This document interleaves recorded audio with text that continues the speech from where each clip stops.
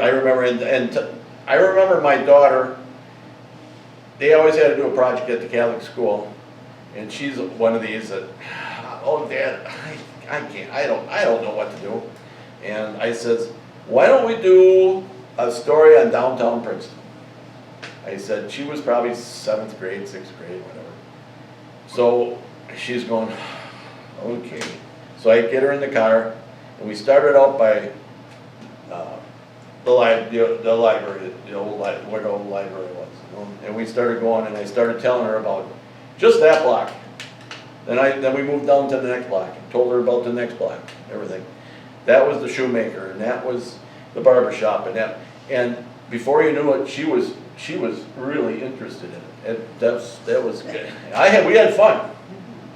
And she goes, and I was only how old then, and I knew a lot of the history on some of that stuff, you know. And now I see a couple of papers and stuff, that starts bringing memories back to me, you know. And you know, and even shopping, like Friday nights downtown here, you couldn't find a parking spot. If people were shopping and the bars were going crazy.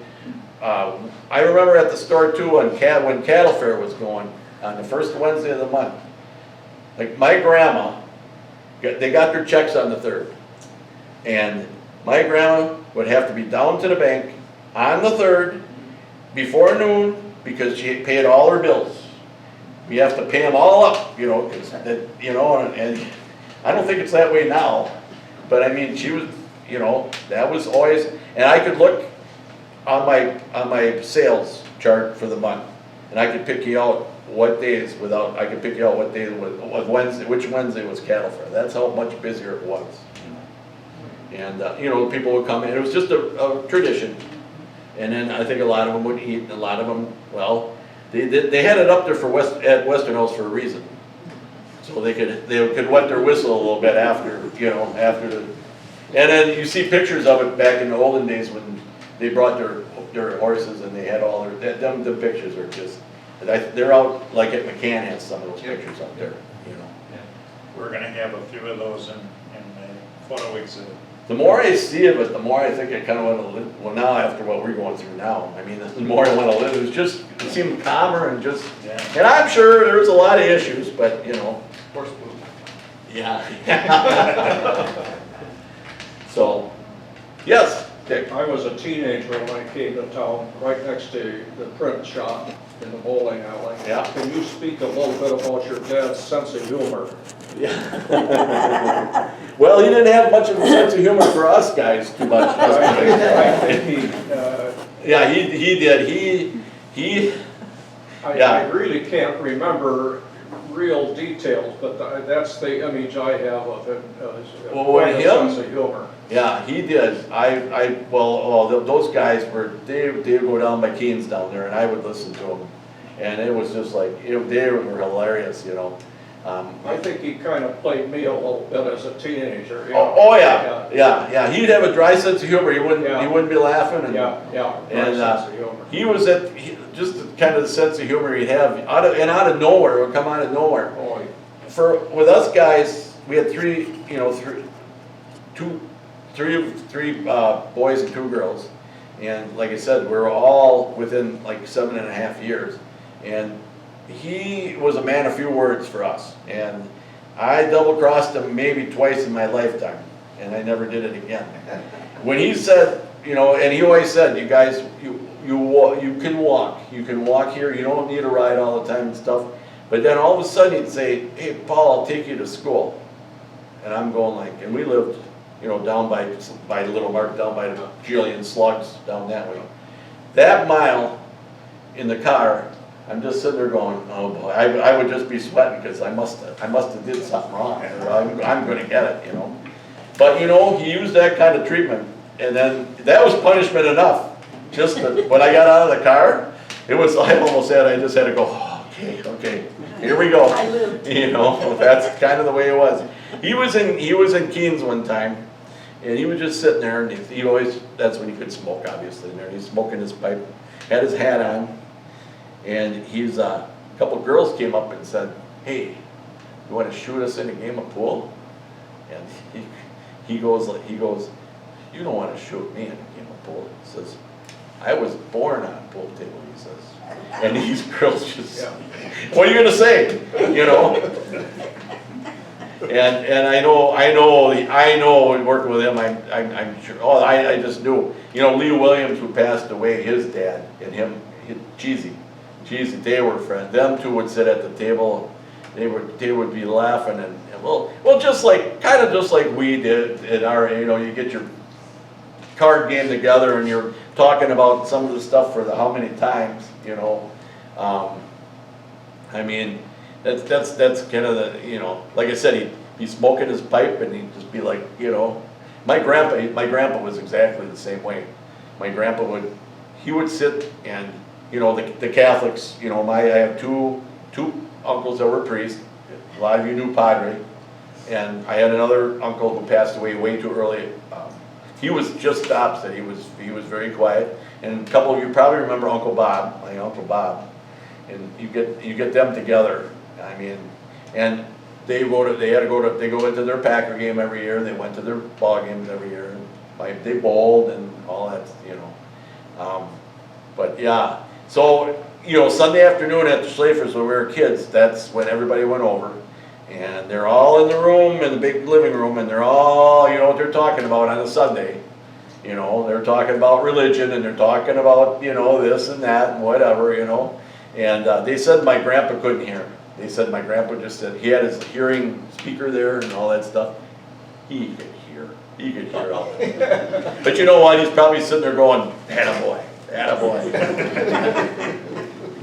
Just like the one time I never missed a day at work because of overindulging at night. I've never missed a day at work, but I was living at home and I was coming and my dad was just got done eating breakfast and I was going out the door and just had to walk to the store and all of a sudden I picked the garbage can cover up and I had a letter rep there, you know. And I'm just sitting there going, oh boy, you know. And I walked to work and never heard anything, but I bet you was sitting there. I bet you was just snickering. So that's the way he was. He was very quiet. He'd watch his shows. I mean, well, Packer game.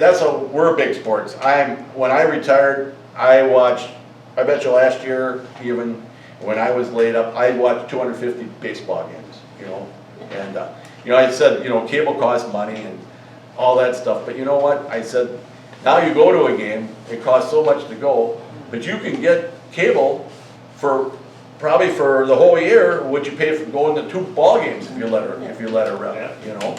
But Sundays was my dad would give my mom a break. He'd always make breakfast. Of course, we'd sit there and go, all right, Dad's making breakfast, something different, you know. And then it was polkas, and then it was the Packer game. And that's when the Packers always played at 1 o'clock. It's nothing like it is now. And that's the only game we got most of the time all week until later on. Then the other conference started, you know. And if the Packer game, if they played a late game at night or something like that, we were mad because midnight or halftime we had to go to bed, you know. And he taught us how to. He'd run his strip cards though. We'd all get numbers, and we'd each have to chip in a penny or a nickel, and then you know the winning number would get. So we'd be rooting for our number. So see, he taught us that. He'd let us have a little sip of Pabst Blue Ribbon maybe once in a while, you know, just to, you know. But it was fun when they scored. Yeah. But if I could elaborate a little bit on your dad. Back in the early '60s, I used to tend bar at Don's, which is now Renard's Bakery. Yep. And he frequented that quite a bit. So I experienced some of his dry humor. Yeah. But the week before Cattle Fair, he when he worked at the printers, made the rounds to all the merchants, got their Cattle Fair specials coming up for that week. Distinctly remember that. Yep, he does. He did that all the time. But sometimes my mom, he happened to be, he was working some late hours, but other times he wasn't really working late hours. He was you know, playing hard, and he'd work hard and then sometimes play hard. So I always remember my mom would say, Paul, take a ride down there and see if your dad's down there. He should be getting home for supper, you know. You go down, the door's locked, down at the printer. You look, it says, went to the post office. Be back in 15 minutes. Every time. Of course, we wouldn't tell Ma that, you know. Well, then I'd go and, well, you know what it is, you know, now you gotta go in and you go, well, if, you know, we walk in and said, Dad, you better get home. Well, he's gonna do whatever he wants, you know. But I guess we got the message across, yeah. But it was always went to the post office, be back in 15 minutes. But, He loves yeah. to argue. But, yeah, yeah. If he could, and it was so funny, he'd argue with somebody, no matter what side the other guy was on, Duke would be on the other side. But by the time they got through talking, he had the guy switched around. And in the meantime, he'd say something and then he'd wink at some of us. Yeah. But he just loved to switch the guy completely around. As I got older, he would argue with, you know, well, I was in business and now too, you know, and I would argue and he would never get mad. He would just lead you on where all of a sudden it would just be like, oh, okay, you know, you were gonna change his mind, you know. Of course, you know, then your husband, the bowling team, you know, Mark, Corky Doro, Yeah. and the Layshock boys. Oh, yeah. Yeah, and that's when Gramps Wishkovic out there, and Pat Petruski, you know, that was the Foresters. They were quite a You know? team. Yeah. And then if they needed, I remember when they went to must have been the state tournament, then they'd make Vic Leviter a Forester for that Sunday, because he was a good bowler. Yeah. So, and I learned how to. People don't know, even when I go down the bowling alley now, they don't know how to keep score. You know, they can't add it all up. I was keeping score when I was in kindergarten with them guys. And then if they bowled a late shift, I would stay there, and I know Ma didn't like it, but you know, and then you could walk home. But the late shift, I know even when I started bowling, the early shift would start at 7, the late shift would start about 9:45. So they would be done about 12:30, 1:45, and then they want to play a pot game and stuff. And then I'll tell you what, I had more candy bars and pop and whatever, chips and whatever, you know. But I learned how to keep score, and it was fun. It was fun, and then that's how you get interest, you know, when you're older, you know. That's how, like, he didn't work on cards or anything. He didn't go hunting and stuff. Even though in the newspaper he always said he got a deer. Johnny Lozinski got a deer. He never hunted in his life. You know, they put down all their, you know, just for friends. You know, the people that he knew were going to see it and get a kick out of it, that's what they do it for. You know, so as we got older, we caught on to some of that stuff, you know. But I mean, that's how you kept everybody in town, you know, kind of together and, you know. And then that's where, you know, you get back to the food booth. You know, I never really gave it much thought, and then all of a sudden I look, and the booth is named after him. Mike Scobie's got a plaque down there telling him what he did. And then I kind of finally went down there one day after I didn't look at it for a couple of years probably, and I go, I read it. So, because, you know, he kind of always said, you know, he did a lot of stuff for the town and stuff, but that's what you should be doing, you know. And that's what, you know, when you, like we just talked about helping people out, that's what we should be doing. It shouldn't be that much harder. I mean, you know, it's easier. I always said it's easier if you open a door for somebody, it's easier to do that than to try to get out of it. It's harder to try to get out of it. It's going to take you twice the time. So why don't you just do it, you know? And at the store even, I would get calls I got a call one time at 9:30, 10 o'clock at night, Paul, there's something wrong with our turkey. I'm going like, well, what's wrong with it? Well, it looks like it's moldy or whatever. Well, I'm going like, and it's the night before Thanksgiving. So I'm sitting there going, okay. I went over to the house and I looked at it. Well, it was a bruise, you know. It's a bruise from the turkey, you know. But they didn't think that was, so went to the store, got him another turkey. And I said, do whatever you want with that one. I mean, and you know, I mean, now what did that even cost, you know? Bernie from out by, when he hit the supper club, Paul, we're running out of chicken, you know? So, how much you need, Bernie? Meet me at the store in whatever time. I learned that from my dad, because my dad did the same thing. One time on Memorial Day, I was up there with my wife and my daughter, Wendy, when Wendy was probably 5 or, she's maybe about, yeah, she's maybe 6 or 7, whatever. It's Memorial Day weekend and we're locked up, and a family came into the parking lot and they said, hey, you guys open? No? Well, we got a couple guys that are hungry at home and stuff, we want to cook out, and everybody's closed. We're down by Montello, Montello's closed, and I said, well, what do you guys need? They said, well, can you get us whatever? So I think we started out with a couple steaks and potatoes. And then they said, do you have some veggies? And of course, we just kept going back and forth. Of course, then my daughter says, do you girls need anything else? You know, so then we, $80-some worth of groceries we got by the time we were done. I didn't let them in the store. You know, when we were closed, I didn't let people in the store, but I would go and get stuff for them. But I mean, and then we had, you turn it into fun. I mean, you know, that's just kind of the way, and I learned that's, you talk about, you know, my dad's kind of sense of humor and stuff that he did. I mean, there was no clock for him. He just, you know, whatever, and you know, that whatever had to be done, that's the way it was. And he didn't make a lot of money either, but hey, we made it through. Never got cold, never went hungry, everything was fine. So, anybody else got anything? You've done a good job. He played a lot of ball too, didn't he? He played a lot of ball. He pitched. No, my uncle Padre, he pitched and my dad caught. Yeah, My uncle would come in on the train. He was in the seminary, and then he would come in on Sundays with that. Yeah. The Sunday afternoon hardball league was, you know, So, and then my dad he broke his back. I can remember how I probably was 3 or 4. I can still remember him laying in the living room on a cot. And after that, he couldn't play ball. That's how he turned into an umpire. And then he would umpire. He umpired softball. He umpired high school. He umpired the big city league. And I would go along with him. You know, I could never understand why on Sundays, if the game started at 2 o'clock, why would you come home at 8?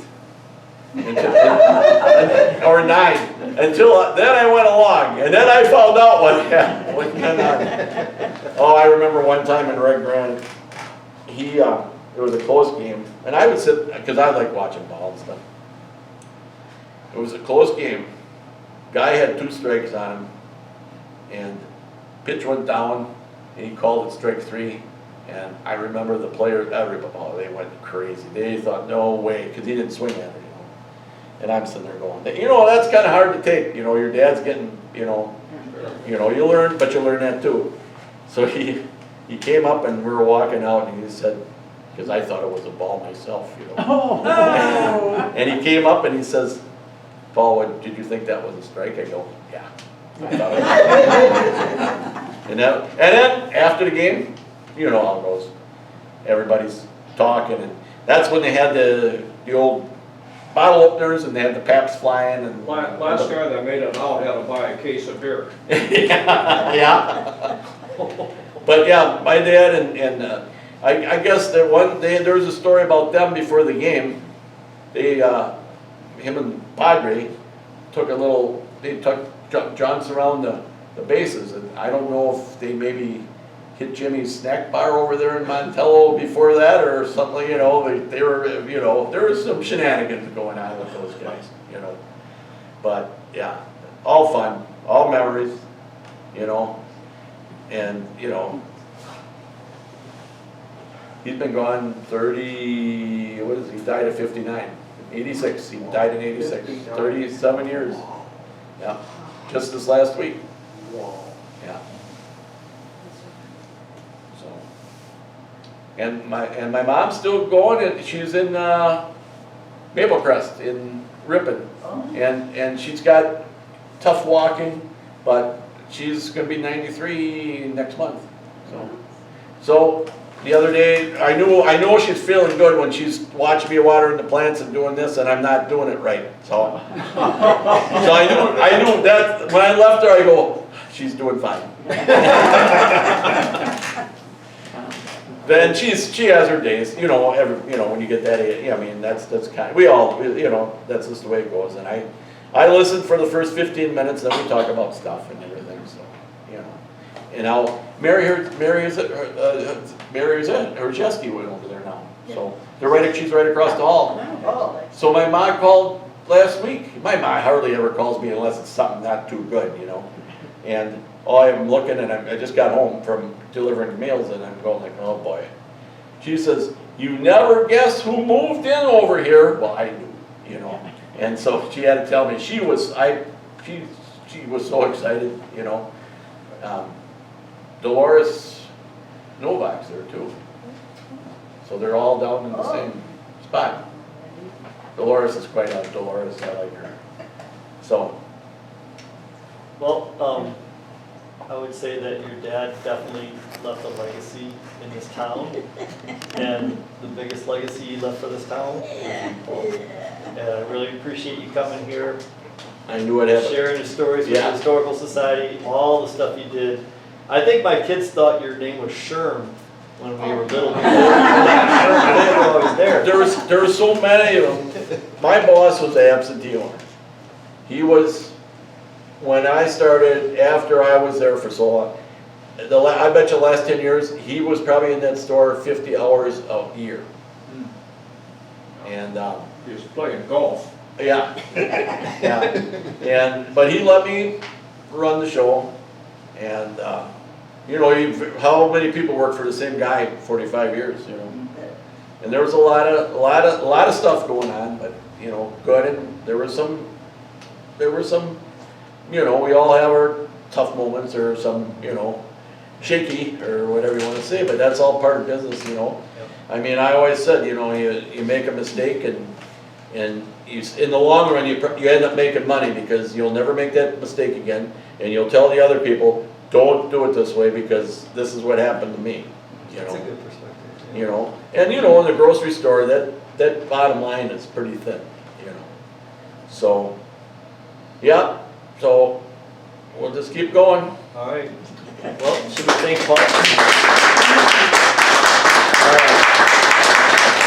Thank you. I was looking, when Sue Gore told me about this, I go, it'll be okay, it'll be fine. But I wish the mayor would be here. Where's the mayor? Go call him. He misses your What? meetings. Where is he tonight? Go. You tell Go him. on by. I pointed it out. He's sitting on the back porch. Go He's not, on. well, no meetings tonight or nothing, huh? He misses your guys' meeting. I know, but Dennis has to go down now to